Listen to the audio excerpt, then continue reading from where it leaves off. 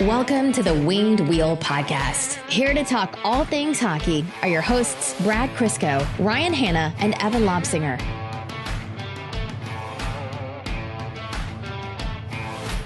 Appreciate you boys coming over early to help fix all the drywall in my house from running through the walls after yesterday's game. That was insane. How are your heart rates? I'm old. Even the slightest bit of action gives me a regular heartbeat. I usually watch games on low volume, like on my computer, and I just kind of, watch it and, just try not to. I only had the away feed last night, home feed last night, so also a reason why I listened to it very quietly. But even like that, even on that low volume, it was chaos. It was insane. I aged, which I can't afford that at this rate, but I must have aged 4 years in those last 4 minutes or 5 minutes or whatever it was. I had a really good indication of just how intense that game was because Mika usually falls asleep late second intermission, so I'll let her just kind of like pass out on the couch with me when there's a Red Wings game on. And she's a 6-year-old, so as we're watching, every once in a while she'll get up to go grab that toy or, whatever, just get distracted as a 6-year-old does. Yeah. She didn't flinch that whole game, and she did not fall asleep in the second intermission. Mika knows good hockey. She was in it. It's funny because, in previous seasons it was, the lowly Red Wings beat Tampa Bay, and we'd be happy, we'd be pumped. I don't want to say it was no big deal, but it kind of was like, that doesn't change the picture of the season. It's, we beat Tampa Bay, or like we stopped Tampa Bay from all these times. They beat us at the LCA or in Detroit, or like we finally got a win in Tampa. But this year it was like, beat Tampa Bay, shoot off fireworks, leapfrog them for the divisional seed. Again, it's still December 7th right now as we're recording this, so we know we're not delusional, but it just felt so much more substantial. Like that was first of all, that was the best, most entertaining game of the year for the Red Wings, right? Yes. And that one felt the most consequential in terms of what the Red Wings have been building towards and actually getting a result from it. And Derek Lalonde gets a win against his former team. Yeah, his that was first as a head coach. That was nice to see. That was the Lalonde versus Blashill thing. Like I don't think that was really a narrative. Blashill's an assistant there, and that's kind of an awkward essentially situation. switched jobs. Yeah, well, yeah, and it's an awkward situation because they're friends too, right? Max Bultman of the Athletic Detroit actually wrote a really good piece on that. Bally Sports Detroit had a couple segments on it too, but just Lalonde going home to a city where they really love him there. Like he was part of multiple championship teams, and it was cool for him. Anyways, nice to be having these conversations. Does it feel like we're slowly getting closer to maybe being a podcast that covers a playoff team someday? I don't want to put a date on it. Like I'm not talking this year, next year, or like next year or the year after. I'm not making any promises, but the tone is shifting. It is. I'm old though, Ryan. Next season's never guaranteed. We have to game plan for after Brad croaks. Yeah, it's going to be difficult doing it from the seniors, the assisted living facility. If there's a bunch more games like last night this year, I'm not making it that far. Well, wherever they have a golf course is where you'll end up. That'd be really nice. Yeah. All right, folks, here to talk to you about Detroit Red Wings hockey, the excitement of that game, other news out of Hockeytown, and the world of the NHL. I'm one of your hosts of the Winged Wheel podcast, Ryan Hanna. I'm Brad Crisco. And I'm Evan.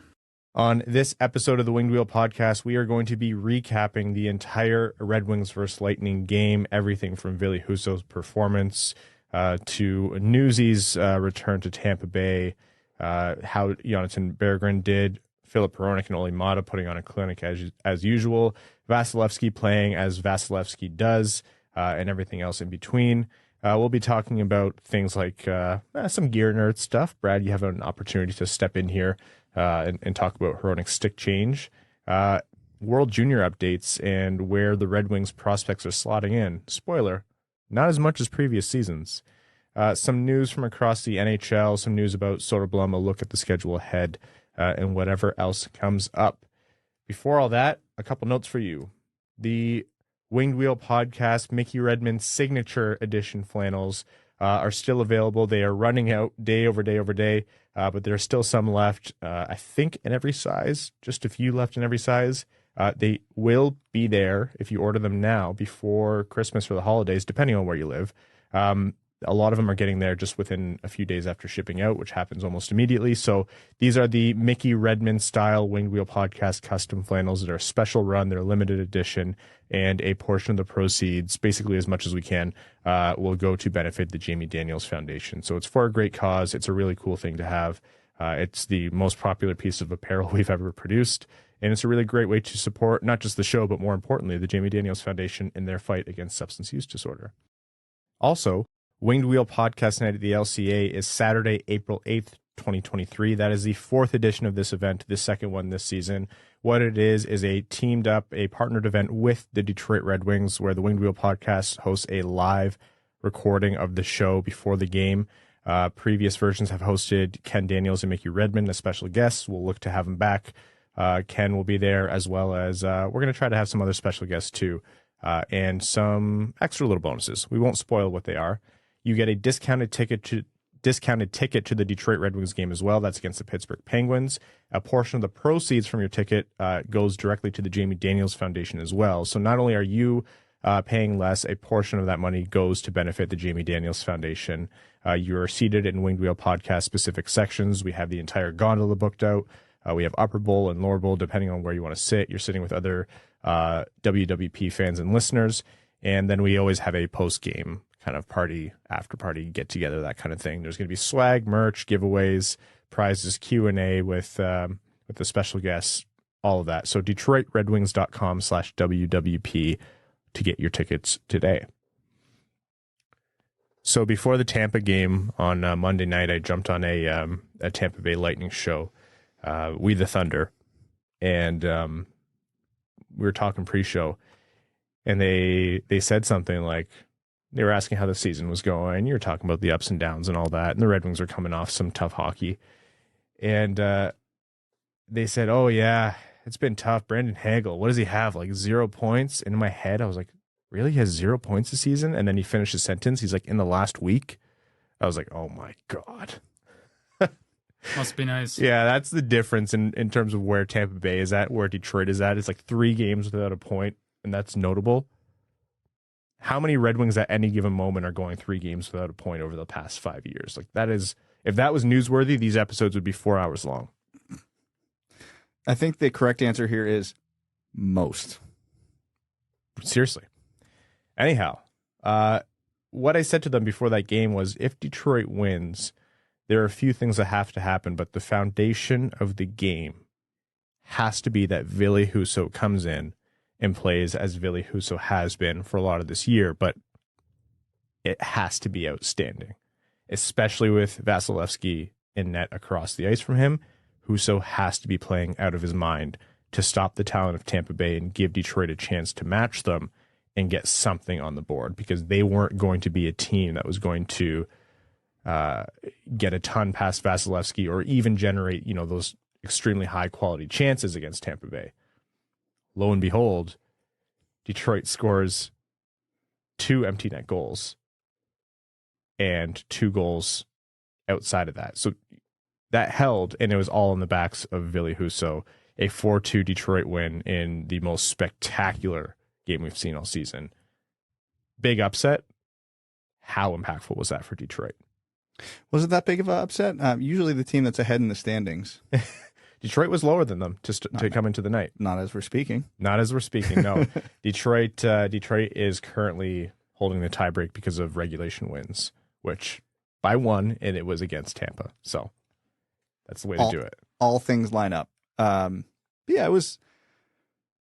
So for the first couple periods, I was getting mild deja vu from the Toronto and Vegas games, with the difference being that the goaltending was at an even bigger level. And not just Husso. Vasilevskiy was having a hell of a game as well. So that was one of those games where the goaltending was dictating basically everything. Because hot take, Andrei Vasilevskiy is one of the best goalies in the world. Yes. I know, it's crazy, but yeah, he almost kept up with Husso that game.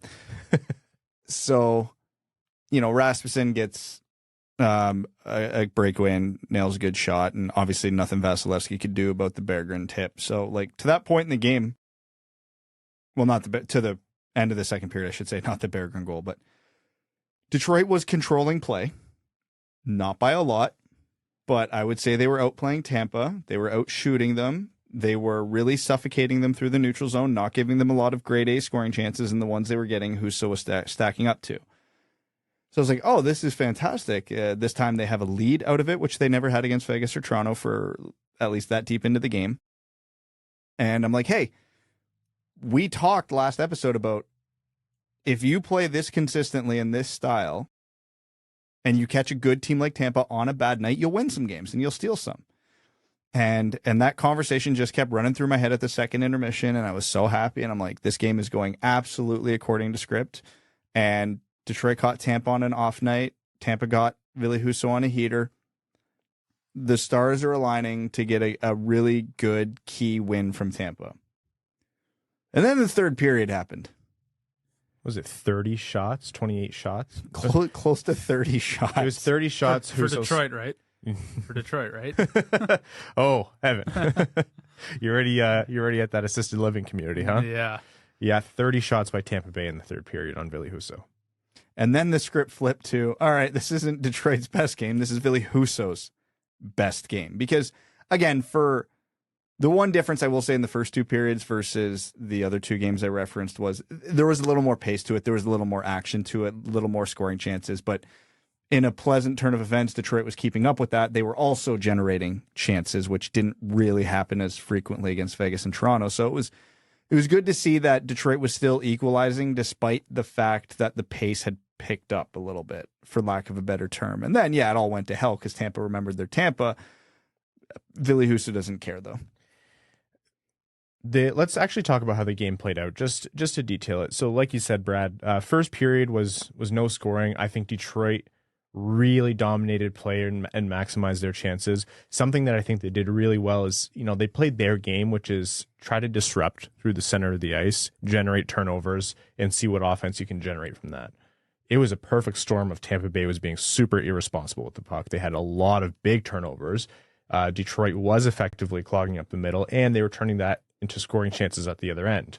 They had odd man rushes. They had a breakaway where Vasilevskiy made an unreal double save on Kubalik.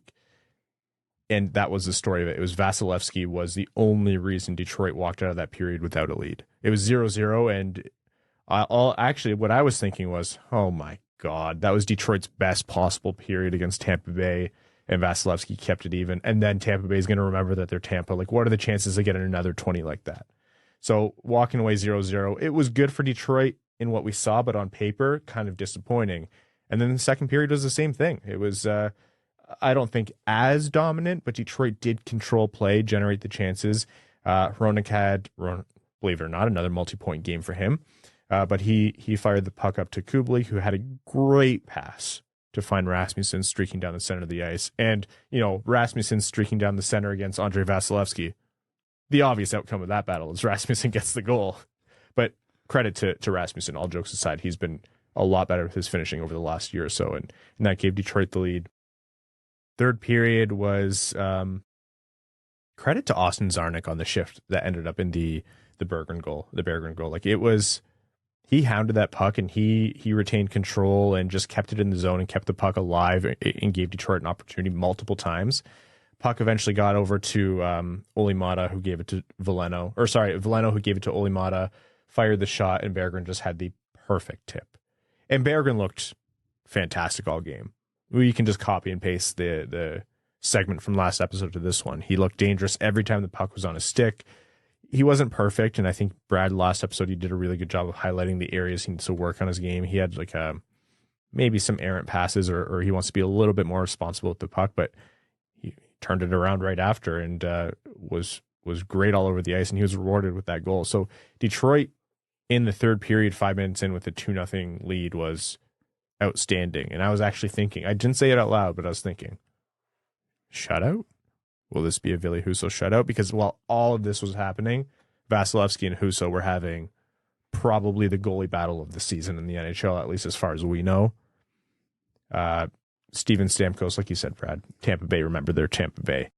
And that wasn't the case anymore. So the talent came through for Tampa Bay. The 40 minutes of control that the Red Wings have kind of washed away. And part of the 30 shots on goal was Stamkos with about 5-ish minutes left in the third, just over, put one on the board for Tampa. With an empty net. That's right. And because Red Wings fans loved to absolutely blast Jeff Blashill when he would do that down by multiple goals. He brought it to Tampa. And Tampa did it, and it worked. So they pulled it early, and then Adam Erna did his best Filip Hronek impression, fired the puck from his own zone, hit the empty net, and I thought, boom, seals it. 3-1 Detroit with 3.5 minutes left. Detroit can surely hang on to a couple goals there. Nope. Tampa Bay, again, still being Tampa Bay. Braden Point, one of their best players, does the same thing, scores with an empty net with 2.5 minutes left.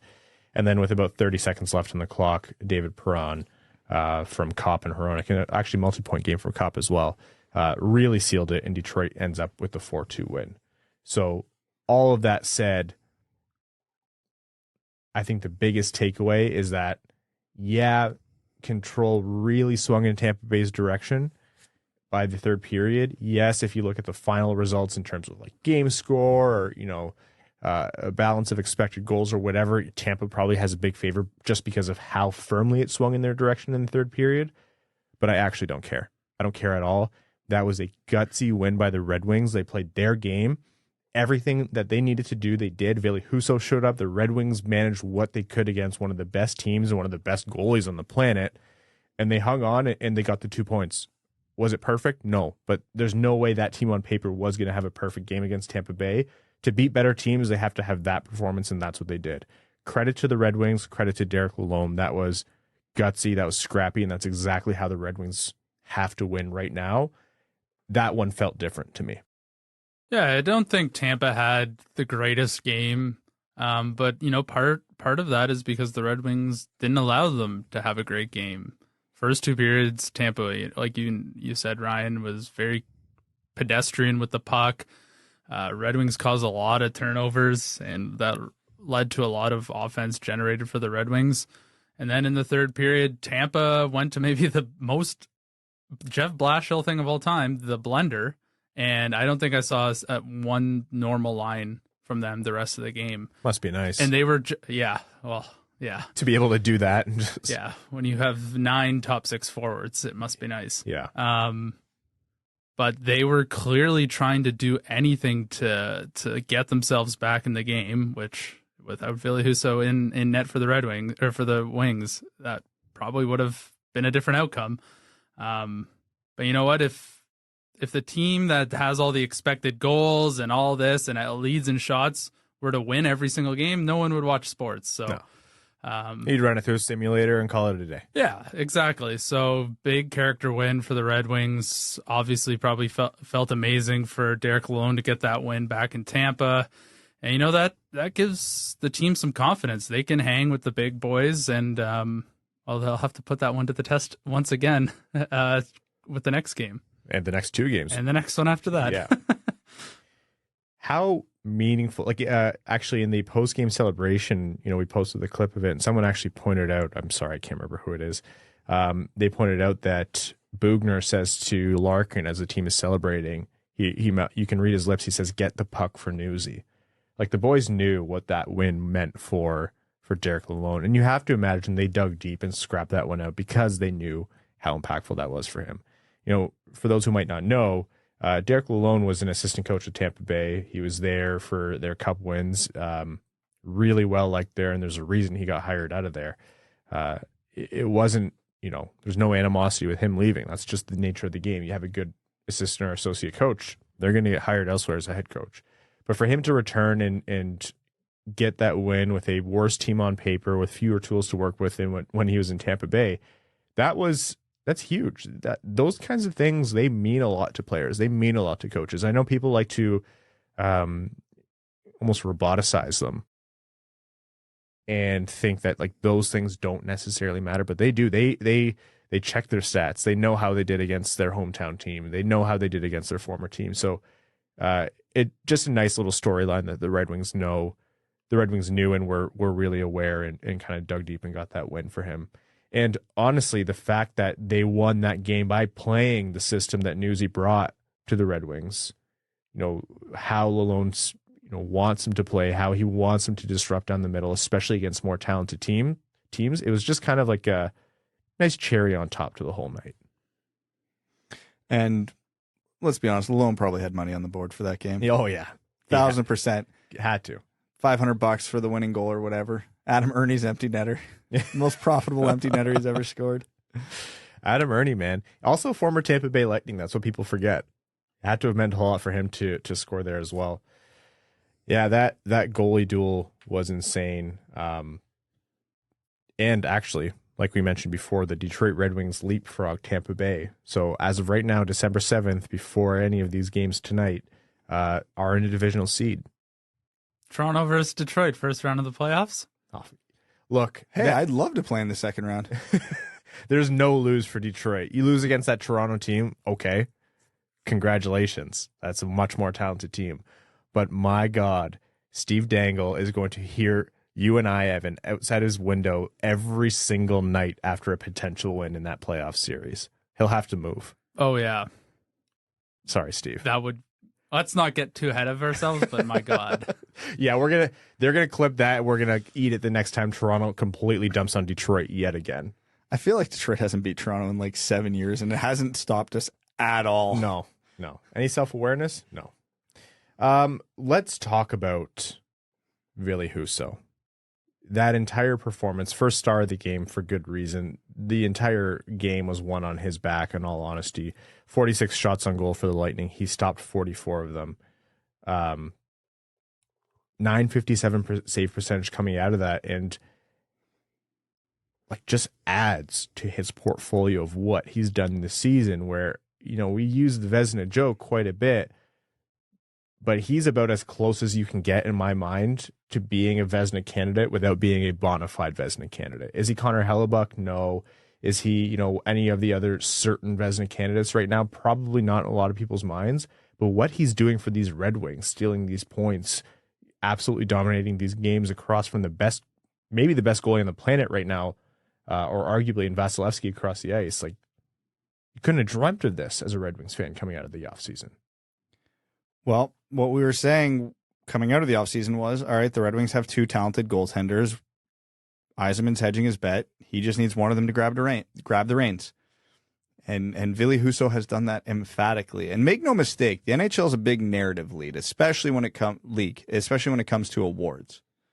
If the Detroit Red Wings, you know, the lowly Detroit Red Wings make the playoffs this year, he's getting votes.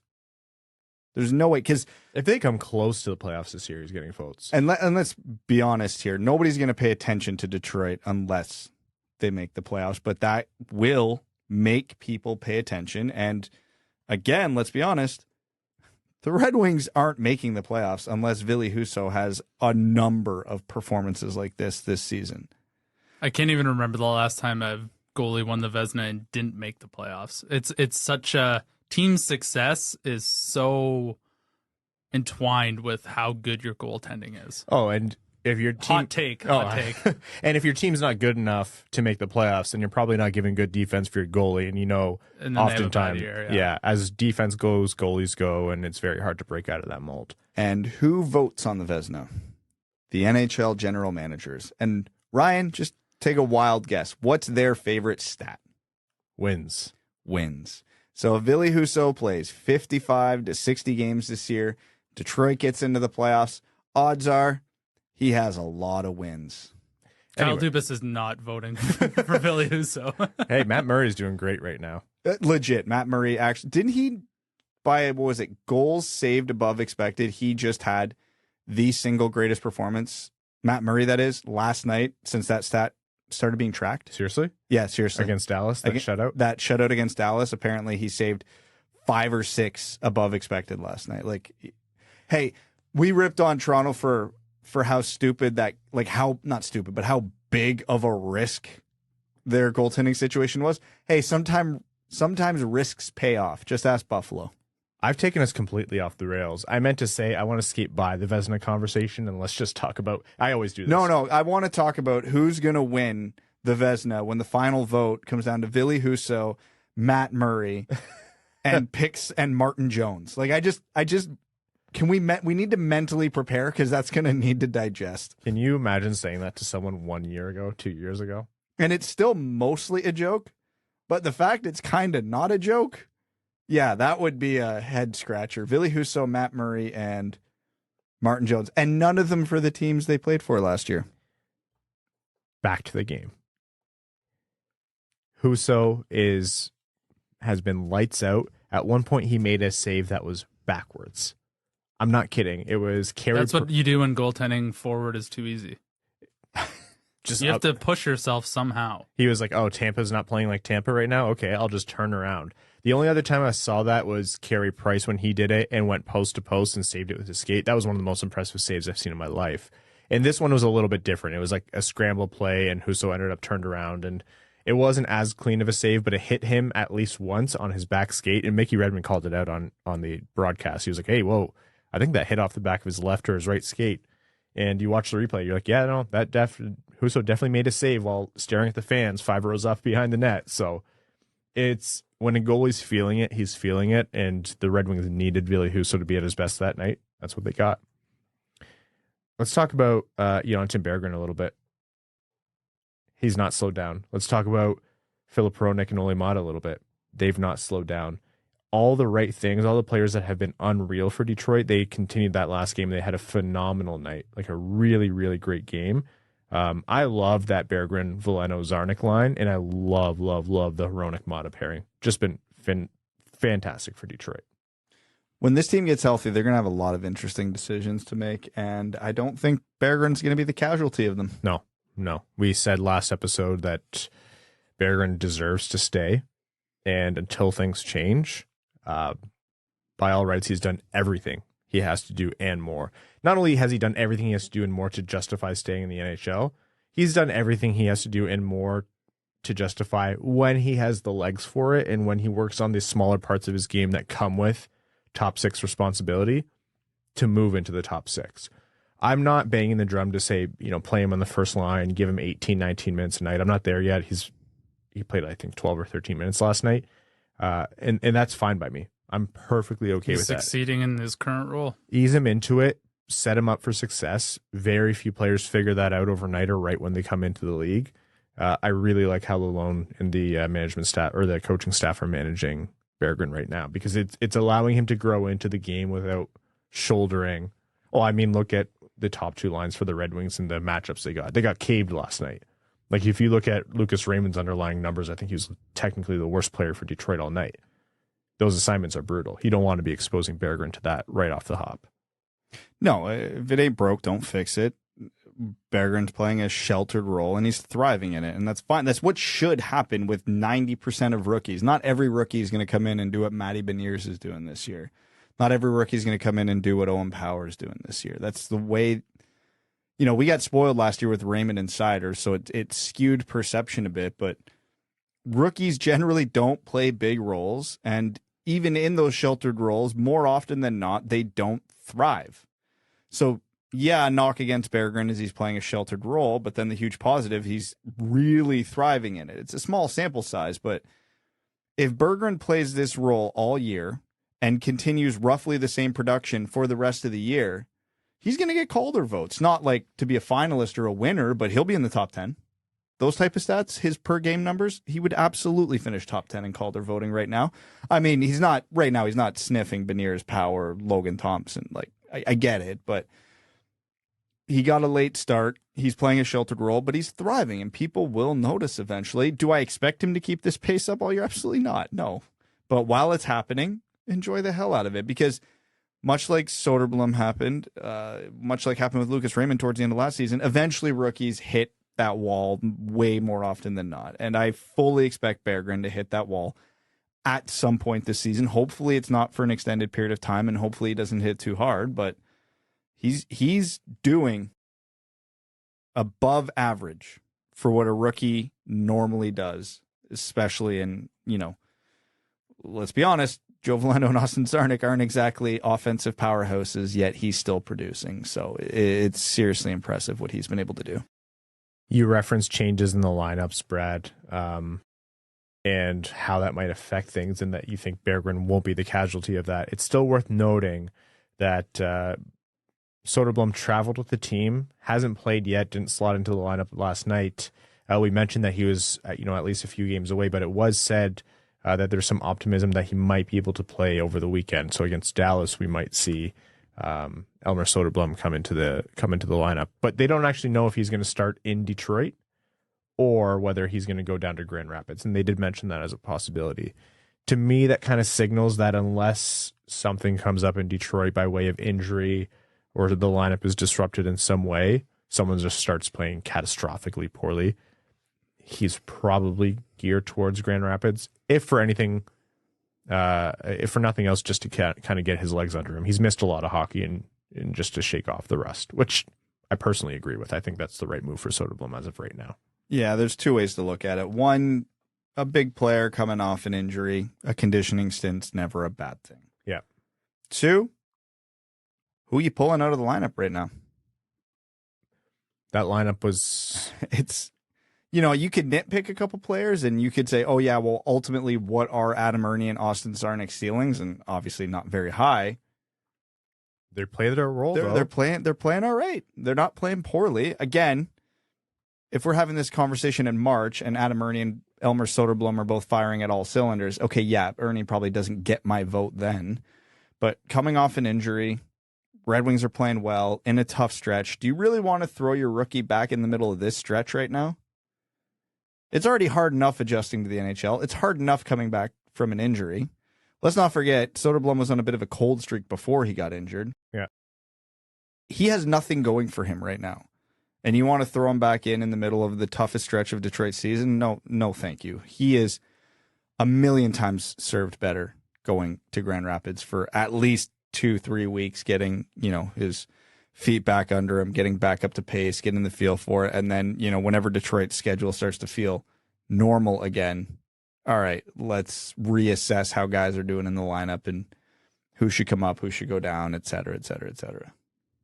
All right, I want to take a look ahead in the schedule for Detroit, but before we do that, I first want to let you know that this episode of the Winged Wheel podcast is proudly brought to you by NordVPN.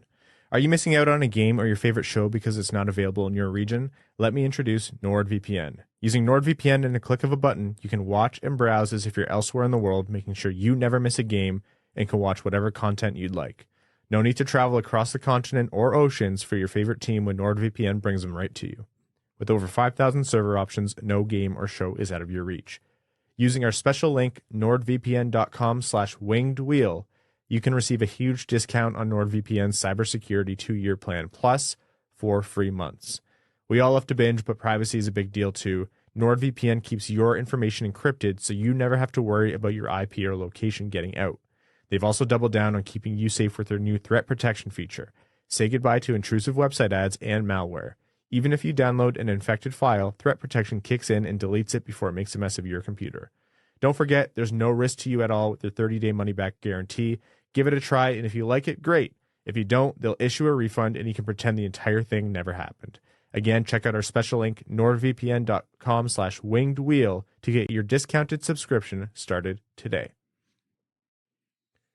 So we highlighted this week for a couple months now as the ringer for the Red Wings, where this was going to be the biggest test of their schedule. You add on the Carolina and the Minnesota games next week. After that is probably when you can start to make some projections of where they're going to land. Out of Tampa Bay, Florida, Dallas, and then let's count Carolina in there as well. That's 8 possible points against tough teams, talented teams, teams who you're going to need to beat and take points off of if you want to make yourself serious contenders in the playoff conversation. I honestly believed coming into that, if they walked away from those 4 games with 4 of a possible 8 points, they'd be situated okay to keep themselves at least in the conversation. Playoff favorites? No. The East is tough. It's a lot more cramped in there. I don't think the Thanksgiving deadline is going to be as applicable this year, but keep themselves in the conversation. The fact that they were able to get an outright win, 2 points in regulation against a divisional rival, maybe generous to Detroit, but call it that for now, that's a phenomenal start. If they go 1-2 over their next 3 games, I'm still, as a Red Wings fan, happy. Based on the quality of competition they're going to be playing, the fact that they're on the road for the next 2 against Florida and Dallas, And Derek Lalonde said Ned is going to be starting one of those games, so you're not having your starting goalie play. If they can steal another win, that would be outstanding. Anything above a 500 points percentage here, and they're doing phenomenal. They beat Tampa. That's part of the stretch. So, yeah, we got a head start, and that's great. And look how hyped everybody is today after the big win last night. They need to stack points wherever they can. This is not a part of the schedule we thought they'd be able to stack points. So, again, I'm with you. 500 is fine. That is perfectly acceptable. So if they go 1-2, great. If they go like 1-1-1, that'd be phenomenal. Yeah. Like anything 5 points or more. And yeah, I think we can then probably start going, all right, let's have the conversation. Are playoffs now the expectation? We're not there yet. A lot of hockey to be played. I'm still wishy-washy on if the Red Wings are a playoff team, if that should even be the expectation. I don't think if they're in the playoffs all the way until April and they fall out, I still am not calling that the expectation. Yeah, like I said, so there'll be a lot of conversations to be had, but those conversations are not worth having until next week. If they get 2 more points, that's a very successful road trip given the strength of the teams they're playing. That is what it is. If they come away with anything more than that, that's unbelievable. You know what? Even if they end up with 3 points, I still think they can make up wins in the schedule given, how bad some of the teams are in the division. So before next episode, they have Florida Thursday night, 7:30 Eastern, and then Saturday, Dallas, 2 p.m. That's a matinee. It's going to be a tough turnaround. I know they still have the day off between those two, but if everything holds as Derek Lalonde has said, Ned is going to be starting one of those games. It's been a few episodes now. We've been talking about Nedeljkovic. That's his test. Is it a good setup for him? No. Is he primed with all of the ease of an easy team at home with the comforts of, his own bed the night before, whatever? No. Are the teams... Is the team in front of him going to have fresh legs to defend and attack with? Nope. That's just the way it goes, though, and that's what he has in front of him. I don't want to be dramatic and say if he fails at that one game, that's it. Like, say goodbye. He's scratched, he's waived, whatever. We're getting close to that point, though. The only person who ultimately knows that is Steve Yzerman and Derek Lalonde, of course, but you have to think that this is a massive opportunity for Ned to climb his way out of the hole and do something to solidify himself. Not to say like, oh, I'm a 1v behind Ville Husso, but to say, yeah, I'm the answer in net as the guy who's going to play 30 games as opposed to Husso's 50-ish. Yeah, but I mean, this is a typical week in the NHL schedule. Like, it's not like they're throwing him in a back-to-back like they just did for Ville. So there's always, every single game is going to have a couple points that you can make that goes, this isn't ideal, that's not ideal, this isn't ideal. 90% of games in the NHL in any given season are going to have something like that. So I am curious to see which game it's going to be and then how they follow, because I was thinking about it, because we were just kind of looking at the schedule last episode based on strength of schedule. It's like a black and white thing. He'll get one of Florida or Dallas. I don't really care which one it is. If he plays well, that creates some decisions. After how many saves Ville had to make last night, I would think he'd be getting Florida tomorrow. But again, we've been very wrong about Lalonde's goaltending decisions before. And then they've got a back-to-back next week, which you would think Nedeljkovic would get in again, with Minnesota being the second half. First half of that back-to-back is his former team, who he put up a shutout against last year. Yeah. So I could see if he plays well, I could see him getting Carolina next week. I'd be shocked if he didn't get one of those games either way, but maybe they give him Carolina just because he'll be motivated. I don't know. But it's not a make or break moment, but you could tell the patience is wearing thin. Fun stat from the Tampa win, actually, and I read this in Max's observations after the game that he posted on The Athletic, was that was the first 4 straight road win streak that the Red Wings have had since 2015-2016. Nobody's surprised. No. but it's insane that it's been that long.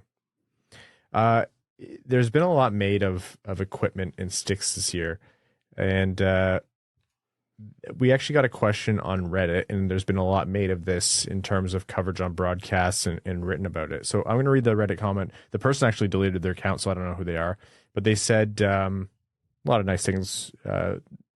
Thanks for carrying me through my work days, et cetera, et cetera. I really appreciate that. They said, as a huge hockey nerd from Grand Rapids, I was overjoyed to find what I was looking for in your podcast. The Wings are my first love, the Griffins my second, and third, I love hockey sticks, especially pro stock. So I was amazed in an episode where you guys covered both the nerdy side of hockey sticks and Hronek's resurgence, without mentioning that early this season, he switched from a square toe heel curve, very similar to the PO2 Lidstrom, to a P28 like toe curve. Someone even literally mentioned how you won't find old heel curves anymore and hockey players need to adapt. I happen to have several Hronek Pro Stock sticks because I resisted adapting for a long time and I noticed the change right away. Do you think the stick change has had any effect on his elevated play? 1,000% it does. It's not the main reason his play is elevated. It's not even a primary reason, but it's not a coincidence his accuracy has been better this year. The advantages of a heel curve and a square toe are very minimal. There's a reason those curves are dying out. It feels awful. Like a personal attack, but whatever.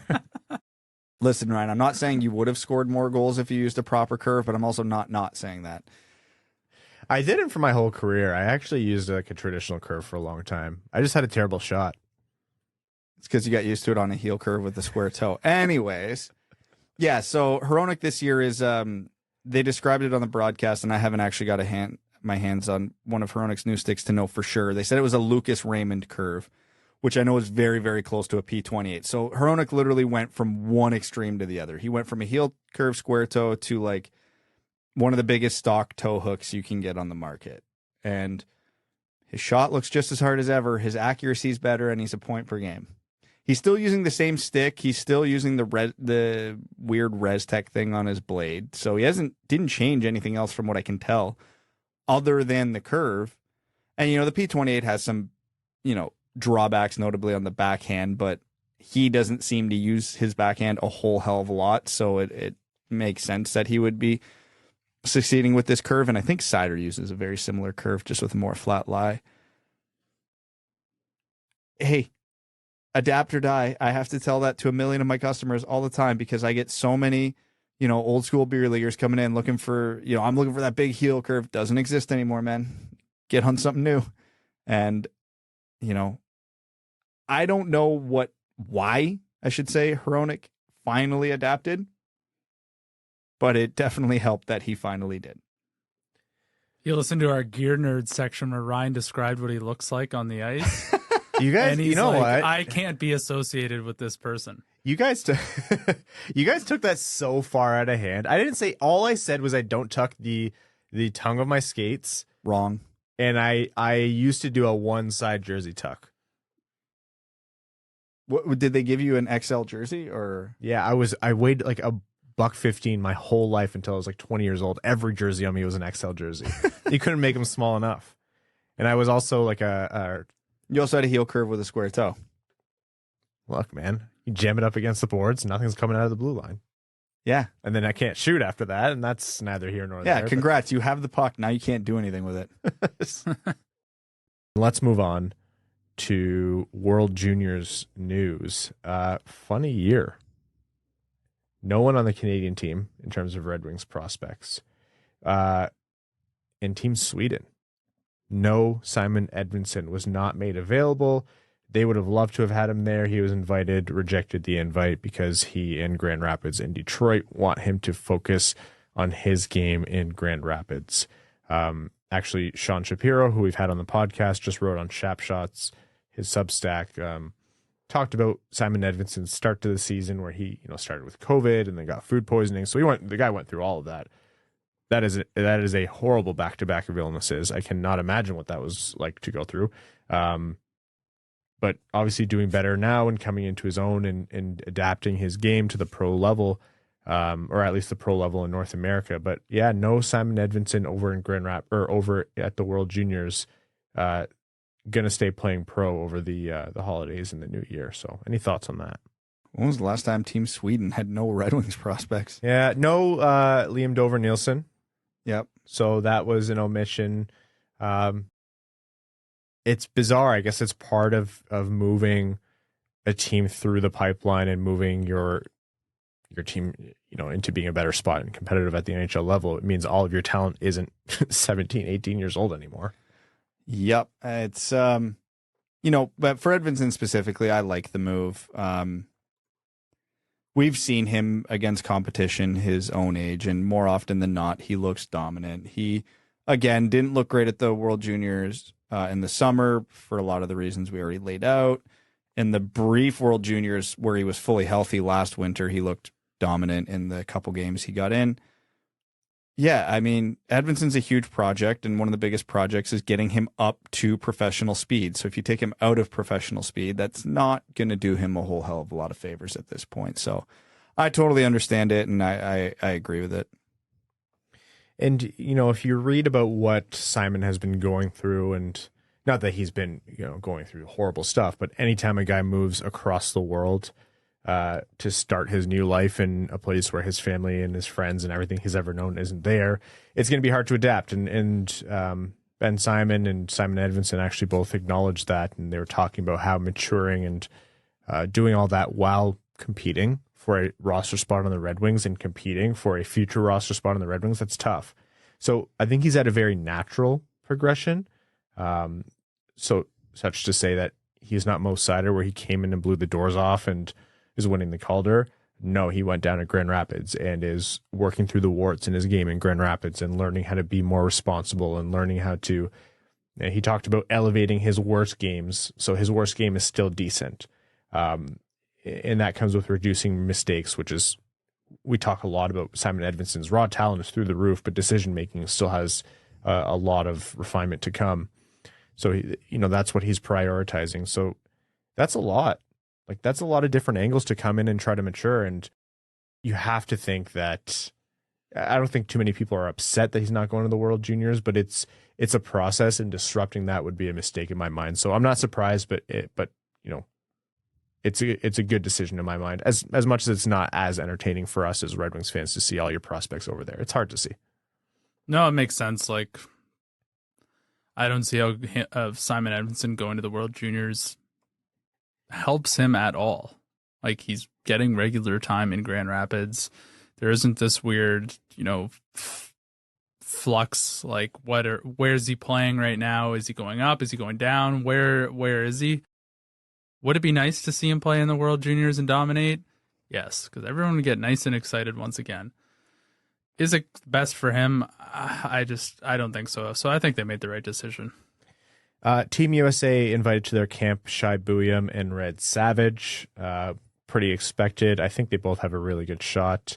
Red Savage, Shai Buium, I think, is more or less guaranteed.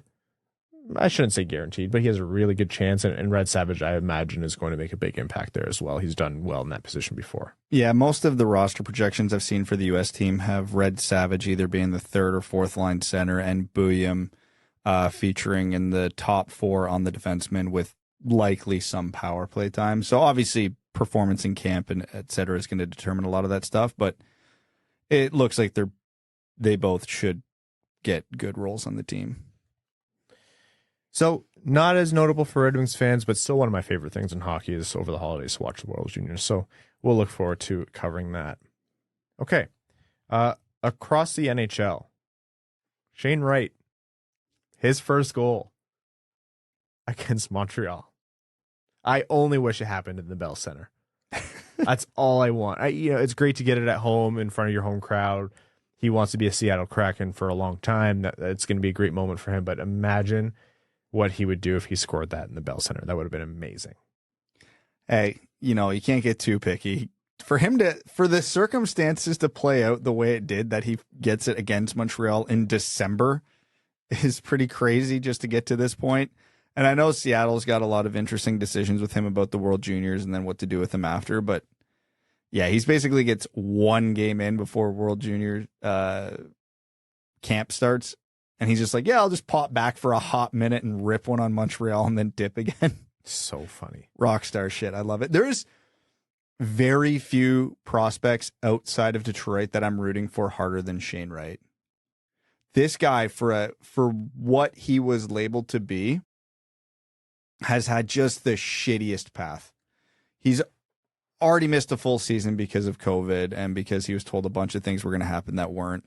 And then he gets overanalyzed in his draft here to the point where he falls to 4th. And then he's going through all the bullshit Dave Haxtell's been putting him through this year. Then he goes down on his conditioning stint with Coachella Valley, and he finally gets in some regular games, and he pops in a bunch of goals. And then he comes back up because the conditioning stint was over and rips one in his first game. Thankfully, he's in the West, so I can truly root for Shane Wright, not have to feel weird about it. So it was good to see. I'm happy for him. I hope Seattle stops screwing around with him because this is one of the few top prospects where I can actually say I want to see him stick it to the majority. Yeah, I agree with you. I think there's more to him, and it's not a hard formula to put together. You just laid out exactly why, Brad. He's probably an anomalous prospect. I know a lot has been made of he probably dropped to 4th at the combine where he interviewed with teams because they asked him. They asked him, why didn't you play? Because that's the toughest thing. Like, you miss that much hockey in those years. Like, not only are those important years for your development, that's where teams decide whether or not they're going to draft you. So if you're not on the ice, like, what are they meant to do? So you can't blame either party. You know, Shane Wright made the best decision that he could at the time, thinking that he was going to be able to play junior hockey in North America. Didn't happen. You know what? It just kind of shook out how it is. I don't think there's a point in pointing fingers at for that part of the timeline. But yeah, it turned out where I think a quality player that should have gone higher than 4th ended up dropping to 4th. That could still fall apart. There are parts to his game and his psyche that people have cited in terms of he's really hard on himself and he has a hard time finding that balance of like beating yourself up to motivate yourself and beating yourself up, and all of a sudden you're just dejected. You couple that with Seattle seemingly not wanting to play him for however long, like, it's a tough spot to be in. But I think that's a package that could explode. Like, that's a player that could make a lot of people look stupid, or at least 3 other teams look stupid. It's easy to root for Shane Wright in my mind. It's a fun story, and you know what? Seattle hasn't done the Vegas yet, where they make people hate them, so it's still okay to like the Seattle Kraken in my mind. Yeah, they're still the quirky little expansion team that can. And hey, they're on an inside track for a playoff spot this year. So it's funny because Seattle and New Jersey in the offseason, I wish I would ever stick to my guns around you two assholes, but you always bully me off of it because Seattle and New Jersey, I'm like, these are 2 teams that are going to make the leap and become playoff teams if they just, what's the storyline for both of them? Goaltending. And I was like, if they get their goaltending, they're going to do it. And you had reason to believe maybe that could happen for both. No, you didn't. Yes. New Jersey, sure. They got new goaltenders. You were telling me you saw this coming from Martin Jones? Really? Yeah, why not? Really? Why not? You know who's been terrible this year, Ryan? Philip Grubauer. Evan and I weren't wrong. Look. You guys. And we bully you off your points because you're wrong 95% of the time. Mentally weak. Don't bully me in my house, Evan. Mel said you're not allowed. Okay. All right. Fair enough. Anyhow, that's Shane Wright. Other NHL news. Actually, you mentioned the playoff picture, Brad. I know we said we wouldn't do this today, but there is actually quite a bit in terms of what's shaking out. In the East, the Red Wings are in the divisional spot. Boston is allergic to losing. So they're first in the Atlantic. Toronto is second. Detroit holds that 3rd spot. In the Metro, New Jersey is one of the best teams in the league, leads the Metro. Carolina right behind them. I shouldn't say right behind them, but behind them in second place. Pittsburgh currently holds 3rd spot. The Islanders and the Tampa Bay Lightning hold those 2 wildcard spots, with the Rangers, Florida, Montreal, and even Washington, I think, trailing behind them. Washington is the furthest back at 26 points. Tampa has 31 for that second wildcard spot. So things are still really, really tight in the East. In terms of who falls off here, I don't think Montreal will hold. And I don't know that the Islanders will, although they have their way of making it work. Yeah, the Islanders found their recipe for success this year, and that's have Ilya Sorokin be better than Igor Shesterkin was last year. It's much the same as Detroit's. Like, it's not too different. I understand the narratives and the way the teams are made up and where they are in their builds are different stories, but Detroit's in a divisional seed because of Ville Husso. If Ville Husso was playing like Ville Husso played in the playoffs for St. Louis last year, or if they didn't have him and they could only rely on Nedeljkovic, Detroit would probably be, I would say, around where Montreal is right now. We'd be watching a lot of Regina Pats games right now. Oh, we absolutely would, because Connor Bedard is doing something else. Yes. Just like Ilya Sorokin. In the West, Winnipeg, probably the most underappreciated team in the league, in my mind right now. Yeah, because nobody talks about Winnipeg because it's Winnipeg. They don't even have an airport. Favorite running joke. Dallas in second behind them in the Central, Minnesota in third.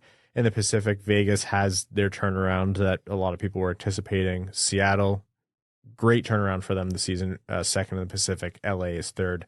Edmonton and Colorado holding on to those wild card spots. Colorado has an entire wing of a hospital named after them, not because they donated, but because that's where half their roster is. Have you seen their lineup for tonight? Yeah. It's crazy. Evan's their third line left winger. We're not far off that right now. Yeah, he is. That team. They just lost McKinnon for 4 weeks? Yeah.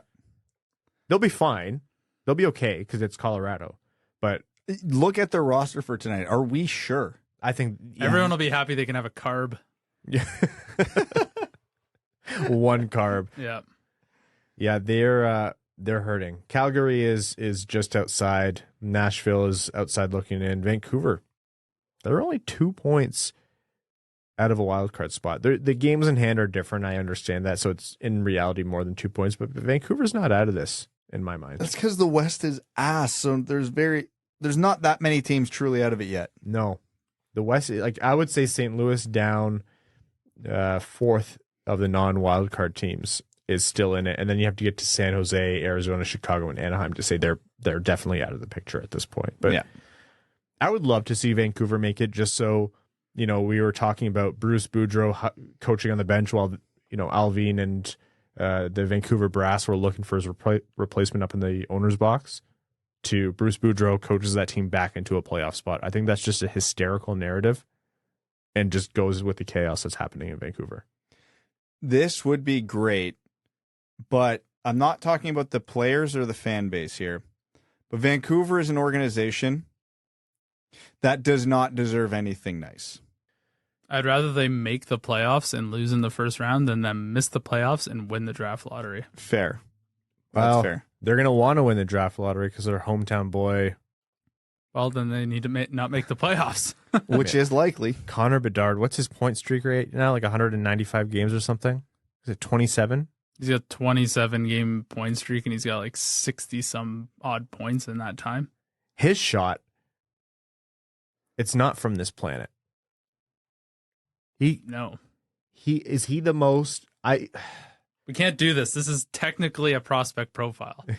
We cannot do We won't get into the finer details. I don't know that Detroit's going to be talking about Connor Bedard at all this year. We might not be. I'd have to talk about Connor Bedard at work a lot because he's my poster child for everybody uses a stick that's too stiff for them. Connor Bedard and that crazy shot of his, 70 flex. Okay. That's interesting to know. Yep. Same with Marty Ferk's record-breaking clapper. Ah. Okay, the more you know. Brad, you're good at describing deception and changing of shot angles. Talk about what Connor Bedard does with his shots. I'm not even going to talk about deception with Connor Bedard's shot because you know it's coming and you can't stop it.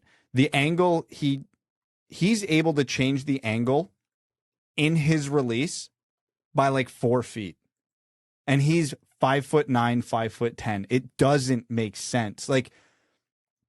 So he uses a longer stick for someone his size. I think he actually uses the same. He's almost the same height as me and uses almost the same length as me. I can't do it. He can. But because he uses a longer stick for his height and he has that very narrow grip that he can change, he literally starts a foot to the left of the defenseman and drags it. And by the time he's releasing it, he's a foot outside of the defenseman's right side. It's insane. And he can do it with accuracy and power. The only player in the NHL right now that can say they can do that with the consistency that Connor Bedard does is Austin Matthews. It's nuts.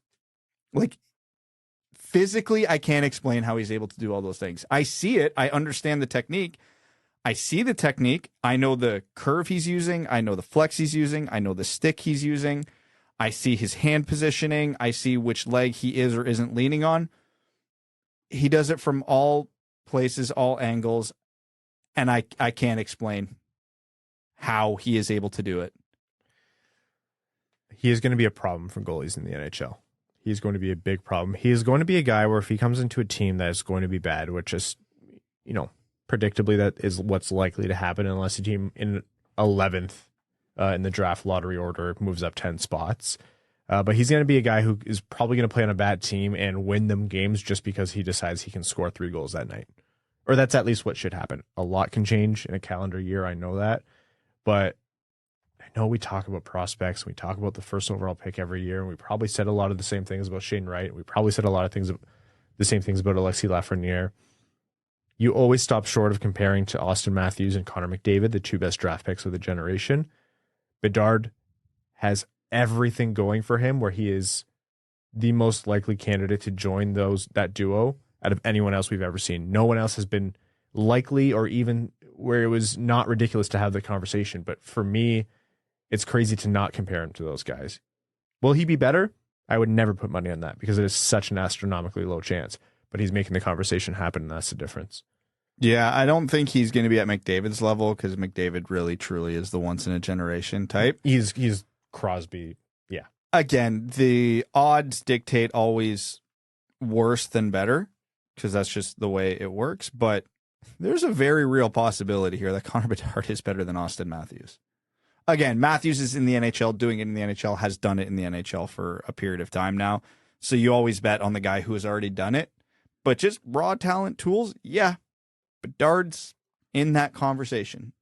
And let's not forget, Matthews is a late birthday too, so Bedard's going to get a head start on him relative to where their career started. All right. Let's jump into overtime on this episode of the Winged Wheel Podcast. We'll take some questions and comments. Overtime is brought to you by our Patreon supporters, patreon.com/Winged Wheel Podcast. If you want to join the Dub Club, what do you get access to? The Patreon exclusive overtime episodes that we record right after this, where Evan leans back in his chair and everyone has a little bit more fun. You get access to the Winged Wheel Podcast official Discord, which is a blast. You get automatically entered into all of our giveaways, and there are a lot of Patreon exclusive giveaways. For example, we are giving away 2 tickets to every Red Wings home game this season, and the majority of those are going directly to Patreon supporters. So you can go see a Red Wings game just for supporting the show. And most importantly, that's how this show happens. This show is able to do what it does because of our Patreon supporters. We are able to fundraise for the Jamie Daniels Foundation. We're able to host Winged Wheel Podcast Night at the LCA. We're able to do our Mickey Redmond signature flannels, all because of our patrons. So we can't say thank you enough for the support. Patreon.com/Winged Wheel Podcast to join the Dub Club. All right, Hockeytown Racing Academy says, if he keeps up this pace, does Hronek get Norris votes? Evolving Hockey had him in their model as a finalist. Yeah, he was one of the 3 finalists. It was him, Adam Fox, and Erik Karlsson. So short answer, no. Long answer, because I don't think there's a chance he really, truly keeps this up all season, right? If he does this all season, he absolutely is getting Norris votes. But if he does this all season, I'm going out and buying lottery tickets. Like that. I'm not saying it's impossible, but everything we've seen so far has been like defying all probability. So I would certainly love to see it happen, and I think it could keep happening, but I don't know that I can bet on it because what rationale do I have other than that it's a lot of fun? Yeah, career half a point per game defenseman jumps up to a point per game. Maybe that square toe really was hindering me in my junior career. Could I see Filip Hronek finishing around 60 points this year? Yeah, absolutely. And with the start he's had, I'd say that's almost likely because I don't think he's going to fall off that far. I do think Filip Hronek has really taken a step as a player this year. So if he's always finishing around 40 to 45 points, I do expect him to finish ahead of that this year. 80, or which is around where he's on pace for right now? Probably not. Okay, 2 questions I'm going to combine here. First one from Bertimsey says, what do you guys see happening to Vezina once he's healthy now that Berggren is performing so solidly since his call-up? And Cody Savonin says, what do you think Vezina could get for trade value at this time? I can't imagine that it would be significant. However, he does have upside with a good contract. I just don't see him getting back in the lineup in a prominent role with Berggren playing so well. Yeah, you can't pull Berggren out of the lineup for Vezina right now. You can't. You can't justify it. That being said, the Red Wings won't be healthy because how could they be? They never are. So there's probably going to be a spot for Vezina somewhere. What does he get in trade right now? Mid-round pick or another change of scenery project?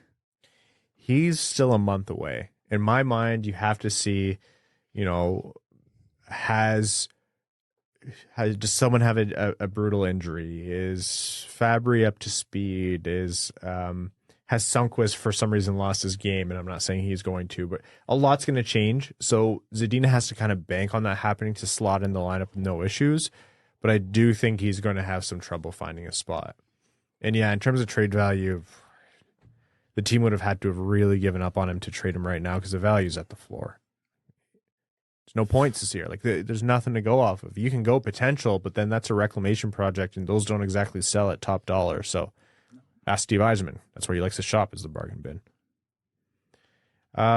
Okay, this is an important one. Mark Burnham says, I looked at Brad's elite prospects page the other day and realized I'm a few months older than him. Am I dead? No, Mark, it's important to remember that when Evan and I talk about Brad's age, it only applies to him. You could be 3 times Brad's age and still be a spry young man or woman, but Brad is who the crypt keeper looks up to. Like, Brad is of dust and bone, apocalyptic. There's no tendons or joints left on his body. He's just kind of this weekend at Bernie's existence that annoys Evan and I. Wildcat Dallas Drake says Tampa had 30-ish shots in the third period and dominated the play. What changed from the first 2 periods that we couldn't maintain the play? I was listening on the radio. Thank God that Husso was up to the task of being bombarded steadily. Otherwise, that would have been a typical third period collapse. Do you want the pessimistic or the optimistic answer? Give us the honest answer. Tampa woke up. Tampa did not play well the first 2 periods.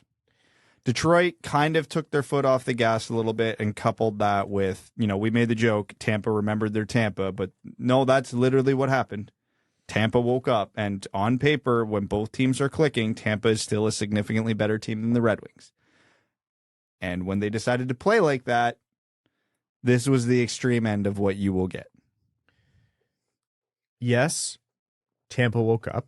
I think it boils down to Tampa is one of those teams that can transcend whatever is ailing them that game. They are that talented. They can flip the script in a way where some teams might take weeks to do it. But I do think the Red Wings did all that could reasonably be expected of them. Yes, that's kind of the point I was making. Tampa is a much better team. Yeah. And Detroit did everything they could to get to where they did that game. Yeah, like I said, the reason I'm impressed with Detroit's consistency this year and why we've had the conversation, they're going to lose to the Torontos and the Vegases of the world and beat the Columbuses of the world, is because if you are that consistent, you're going to catch a good team on a bad night. And that's what happened with Detroit and Tampa for the first 2 periods. Tampa's lucky Vasilevskiy didn't have an off night, or else game could have got worse. But game could have been 4-0 by the third. Tampa played 2 really bad periods, and Detroit played basically exactly as they've been playing the last few weeks. And it's exactly what we said. They caught Tampa on an off night for 2 periods, capitalized, got a lead, and then held on for dear life. Ben Barron says, howdy, fellas. Thoughts on the potential of trading Perron and Kubalik at the deadline? I don't particularly want to trade either, and even if this team is in a playoff spot, I feel like there's some desperate GMs who would give a king's ransom that Stevie can't turn down for a very solid middle six winger in Kubalik and a known playoff performer and Nazem Kadri head taker for GMs in the West in Perron. Keep up the great work. So here's the thing about the trade deadline that most people, us included, won't talk about because you don't see it in stats or paper. If the Red Wings are hovering around a playoff spot come the trade deadline, Perron and Kubalik are playing well, yes, they would get a very good return at the trade deadline, a very good return at the trade deadline.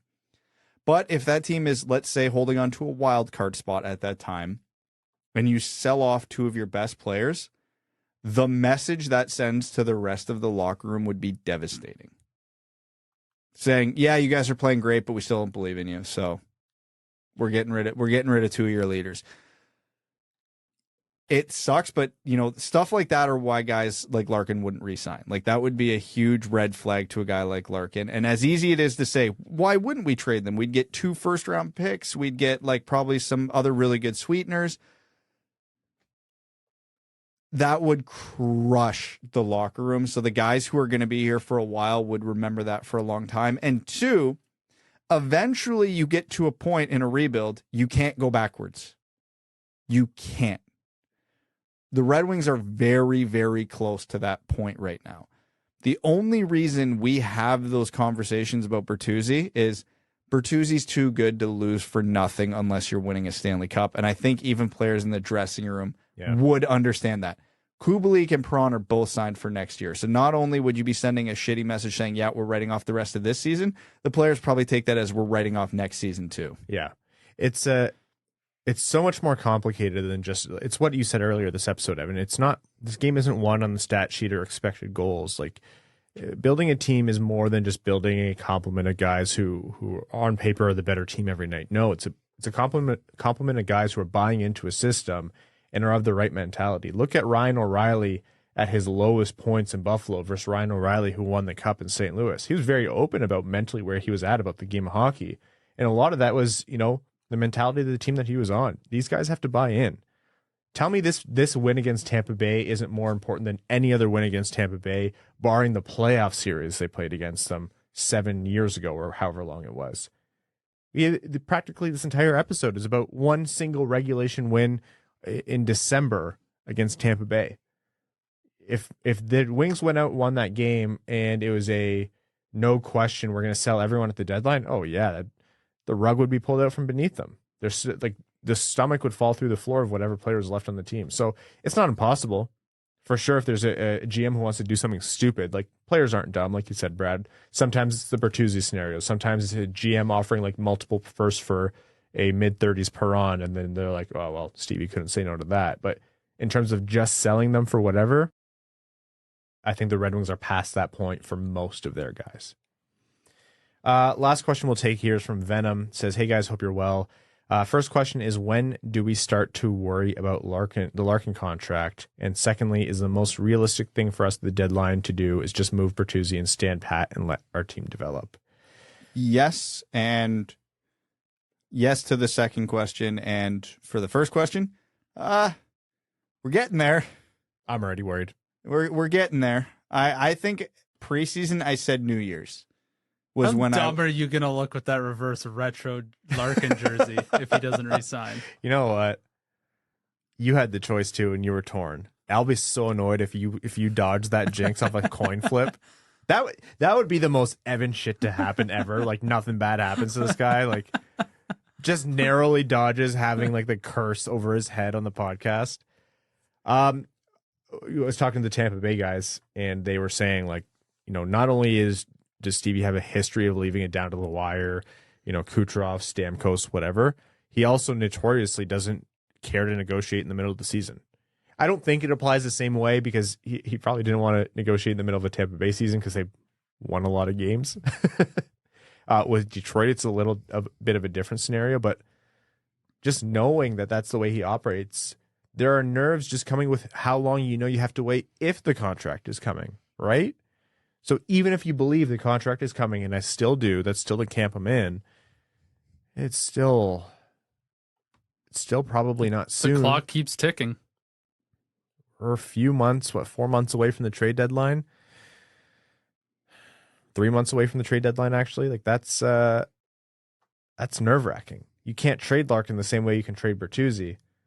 And it is the best thing for Detroit right now to trade Bertuzzi and stand pat. I mean, yeah, unless Bertuzzi wants to come down on money and term, or unless a lot changes in terms of how he comes back and plays on this team, there are a lot of big question marks. And for such a positive season for Detroit, that is still going to dictate the ultimate result of this year, is what happens with those two guys and what Yzerman does with those two assets. So I wish I had your composure, Brad. Does that come with having kids? No, I've always kind of been this way. Evan's the most composed of us three. I don't even want to say I have the least amount of energy because I'm not starting that conversation.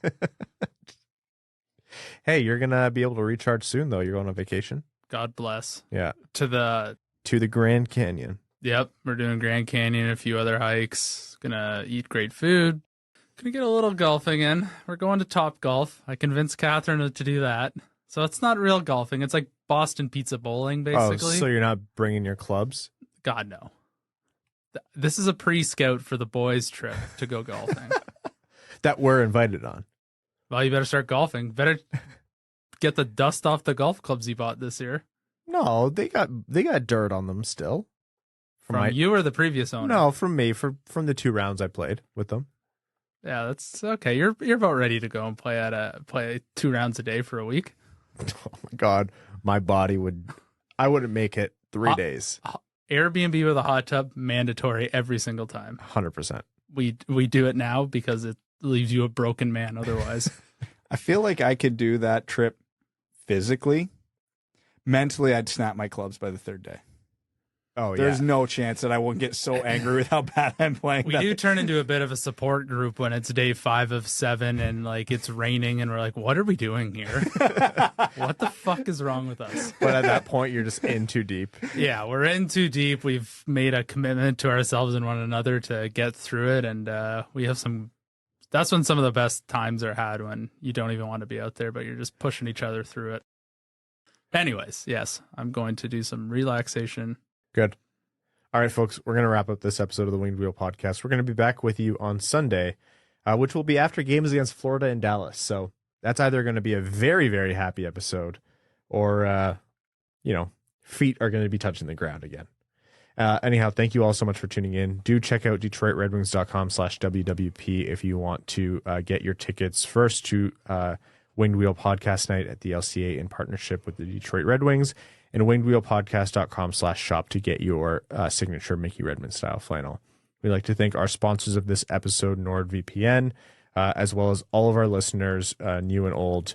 We really appreciate you tuning in. All of our Patreon supporters, our name level sponsors on Patreon: Arjun Shankar, Yves Bartels on behalf of the Sarah Garon Foundation, Aikfer, Armchair GM/Genius, Nick Perks, Terry Driver, the number 69, Crying Ryan, Hannes Banana, Simon Jamathong, Glenn Brabham, Matthew M. Rice, Croner's Left Knee, Brandon M., Carl Brutanen Analuski, Chimmy, Chris Ball, Chris P., Citizen High Five, Connor Scovey, Coyote Season Tickets in Tempe, Derek Enstam, DJ Denton, Give Blood, Fight Probert, Red Hot Hronek, Hassam Al Qassem, It's rude to be on your phone while I'm doing this, Jake Gollum, Jacob Turner, Joseph Berry, Kalen Wood, Kevin James. He got both of you. Yep. King Tone, Las Ensaladas Picantes. I looked that up. That means spicy salad. Ooh. Marcus, Matt McKay, Nedeljkovic, goalie number 1, Nicholas Fritz, R.A., Ryan Hubbard, Scott Martin, Send It, Seawolf, happy birthday. The Podcasting Couch, Venom, Worse Ryan, Zachary Rogers, General Andy Bohan of the Cheesebag Army, Sam Bankson, number 1 Detroit Red Guys fan, Adam, I wish I could finish like Ernie, Antonio Gracias, Babe Landeskog, Ben Barron, Brad Simmons, Brian Vasha, Connor Leighton, Darren Fick, Philip Zadiz Nuts, Hronek's Handlebar, James Laporte, Jeremiah Dobo, JM Rhapsody, John Evans, John Engels, Josh Yelton, Kevin McCracken, Quaz, Linda Hull, Logan Burgos, Matt Keeler, Matt S., Loyal Soldier of the Cheesebag Army, Maximilian, Melissa Erickson, Overload the Slot 60% of the time, it works every time, Thick Rick, and Aaron Hudson. Thank you all so much. Talk to you Sunday. Enjoy the Tampa win in the meantime. Thanks for tuning in to the Winged Wheel Podcast. Be sure to check out wingedwheelpodcast.com, where you can subscribe to the show on iTunes, Spotify, or wherever you get your podcasts. You'll also find links to other ways to support the show, such as Patreon, official podcast apparel, and more. And don't forget to follow the show on Twitter at Winged Wheel Pod. And of course, the hosts at Brad Crisco, at Ryan Hanna WWP, and at Hockeytown Evan.